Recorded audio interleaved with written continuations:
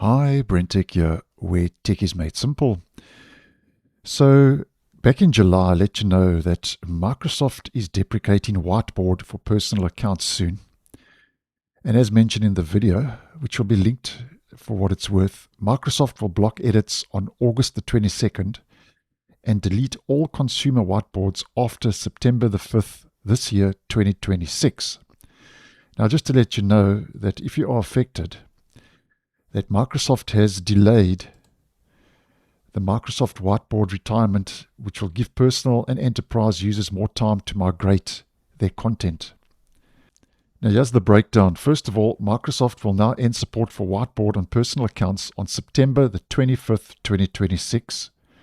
The same September 25 deadline also applies to the migration tools available to enterprise customers. This gives users roughly another month to move their Whiteboard content before Microsoft removes access to those services. Next up, Microsoft has also delayed the permanent deletion of legacy whiteboards. Microsoft originally planned to delete legacy whiteboards and their associated data on September the 5th. Microsoft has now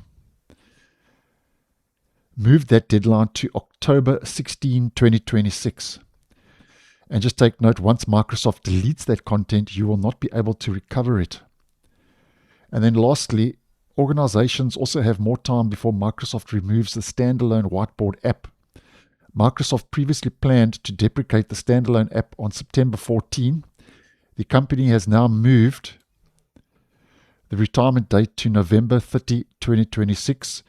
That change gives businesses more than 2 additional months to prepare users and update existing workflows. And Microsoft at this stage has not provided a specific reason for change in the Whiteboard retirement schedule.